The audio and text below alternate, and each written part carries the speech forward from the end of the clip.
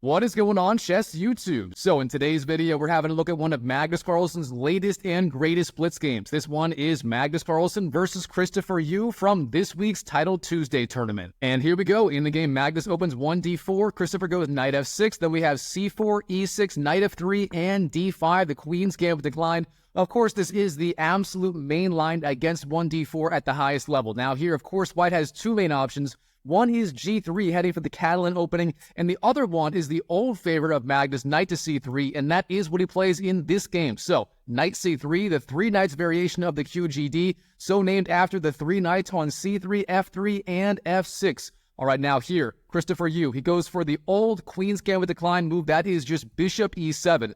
Now, this move is an oldie but goodie. It has been overshadowed by other moves like c5, the semi-Tarrasch, bishop b4, the Rogozin, and even c6, the semi-Slav. But overall, bishop b7 is still a very solid and very viable move.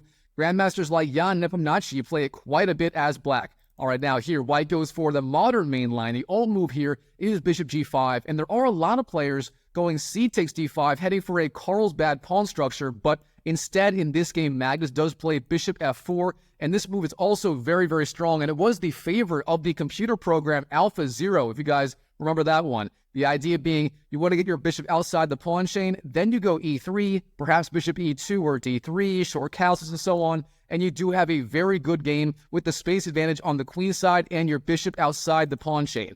Now here, both sides follow the main line, black castles, white goes e3, so far so good. And here in this position, black has three main options. The main one is knight bd7. That leads to a very closed pawn structure after c5. Then, for example, c6, b6, and a5. Instead, you can also go b6, intending bishop b7. And finally, there's the move played in the game by Christopher Yoo. That is the move c5. Now, Magnus Carlsen himself has played this move against Vishy Anand at the World Championship match level. It is very, very solid, but shockingly, it does lead to very intense complications. Now, the idea behind this move, black is going c5, breaking on the queen side, trying to break up white's very strong pawn center on d4 and c4, and if he can unwind and find a good home for that light-squared bishop, he will have full equality, but of course, there are a lot of moves to be played before that. All right, now here, Magnus, it continues. D takes c5, then bishop takes. That is the main line for white. The idea being black had to waste tempo going bishop e7 and then bishop c5. That means white is sort of up a tempo in this line. And now the main way to continue for white is queen to c2, intending moves like rook d1, a3, and so on, developing the queen side before going bishop e2. Now, instead, in this position here, Magnus does go bishop e2 immediately, and this move is thought to be a little bit dubious and not very strong. The point is black can take on c4, and then if white recaptures, he is also wasting a pawn going bishop e2 and then bishop takes c4, and that means white does not have a very good chance of fighting for an opening advantage. And here black does take on c4. D takes c4, inviting the queen at the trade of queens. Of course, the queens on d1 and d8 can be traded here, but instead, in the game, Magnus does go queen to c2, keeping the queens on the board for now, much to our benefit. All right, now here, Christopher Yoo, he's got many different options as black. This is not a very theoretical position, as after all, black pretty much has full equality already. Now, the main lines for black here are knight to c6, b6, knight to a6, surprisingly, if I can draw arrows right, knight to a6, and queen to e7, getting the queen off the open d-file. In the game, knight c6 chosen, a very natural square for the knight, and now, of course, white is going to regain that pawn. Bishop takes c4. If you don't do that, sooner or later, black may want to go a6 and b5, trying to hang on to that extra pawn. Therefore, here, bishop takes c4 makes a lot of sense for Magnus. All right, now here, Christopher Yoo, h6, a very solid move, controlling g5, stopping bishop g5 and knight g5 ideas. And now here, Magnus does castles. So, short castles on the board, getting his king to safety finally, and both sides are castled. This really is the start of the middle game, and here, both sides are, approximately equal. The computer does seem to think white is a tiny bit better, as again,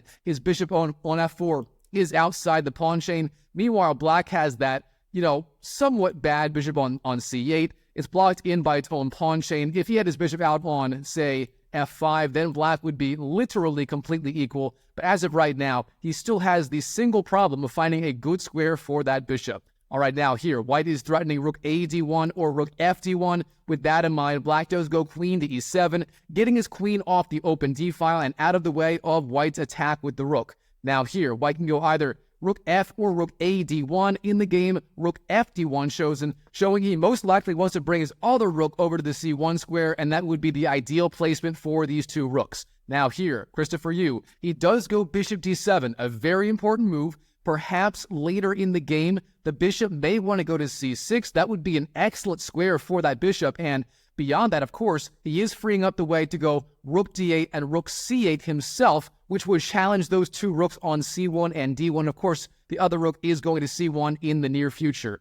Now here, Magnus, instead of rook ac1 immediately, he does go knight d4, jumping in with the knight, pressuring the king side a little bit. Not a bad idea at all. Here, Christopher does take on e4, so we have knight takes e4, and then queen takes for Magnus, a solid move.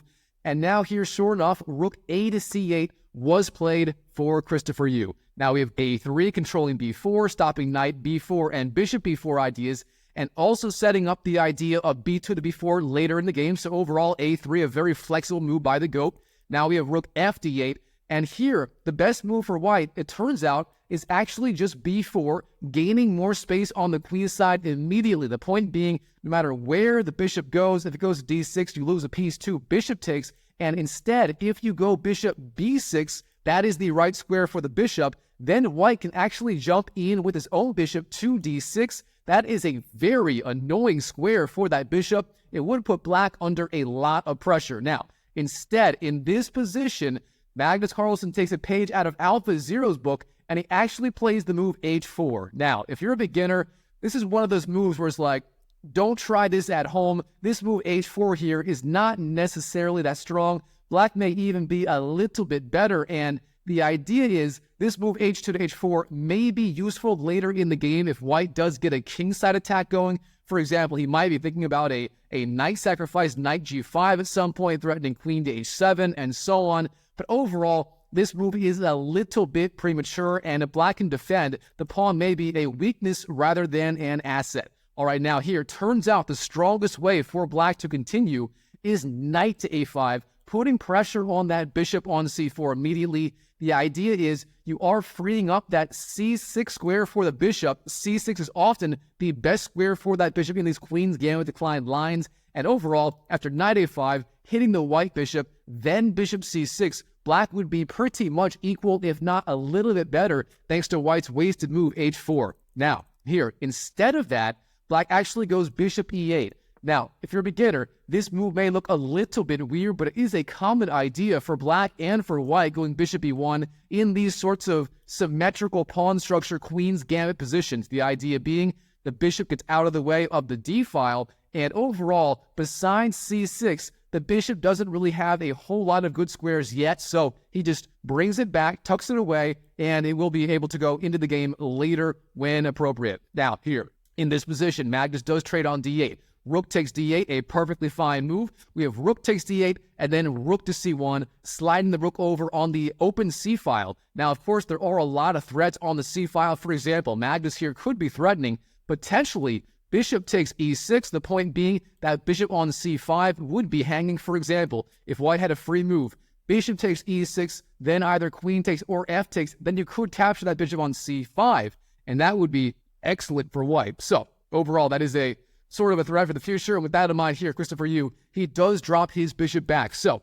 bishop d6 played by him in the game, and now here, Magnus has the option of trading bishops, but instead, he just goes bishop d3, a very cheeky move, setting up the mating threat, mate in 2, of queen to h7, king to f8, and then queen to h8 would be checkmate. So, Magnus here playing some dirty tricks in this game. Of course, Christopher Yoo being a, 3,000 plus rated GM in chess.com Blitz, he's a monster. He spots the move f5, gaining space on the king side and driving back that queen, and of course, blocking this diagonal, stopping the idea of queen to h7 and stopping that checkmating threat. Now, in response, Magnus, he does go queen to c4, a good move, lining up the queen on this diagonal with the king. Of course, now that pawn on e6 is pinned to the king on g8.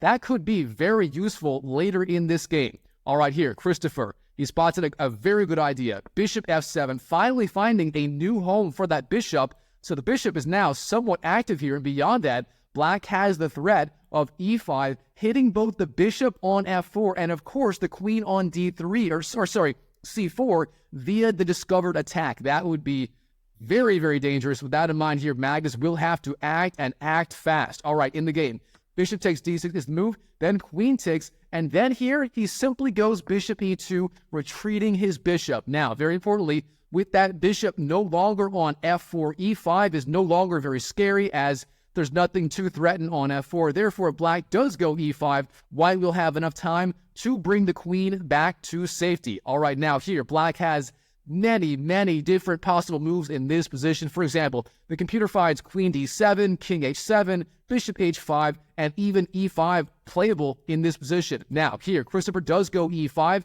gaining space, a somewhat double-edged move. Now, the problem with this move is now those pawns on e5 and f5 may be a little bit weaker, so it's a dynamic move, and Christopher is going to have to follow up very precisely to make sure those pawns don't become targets, and he may even have to advance further to e4 or f4 to justify that advance. So a very double-edged, aggressive decision.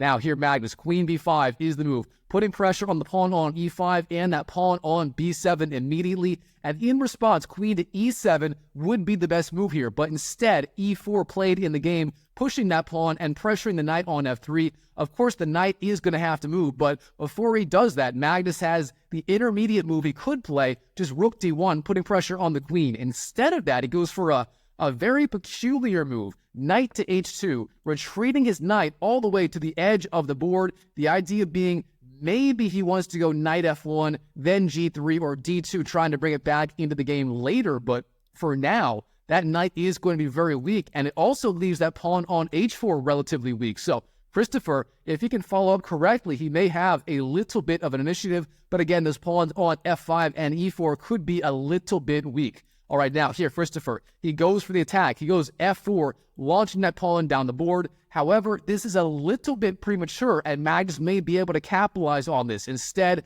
moves like queen d7 or d5 were a little bit more appropriate. Now here, Magnus finds the strongest move. This time he does go rook d1, putting immediate pressure on that queen on d6. Where is the queen going to go? It goes back to the c7 square, a decent move. Now the rooks to come flying off the board. Rook takes, knight takes. And now the big story, again, are those pawns on e4 and f4. Are they going to be a liability or an asset? All right, knight f1 is the move for Magnus, intending perhaps knight d2, trying to bring his knight back into the game.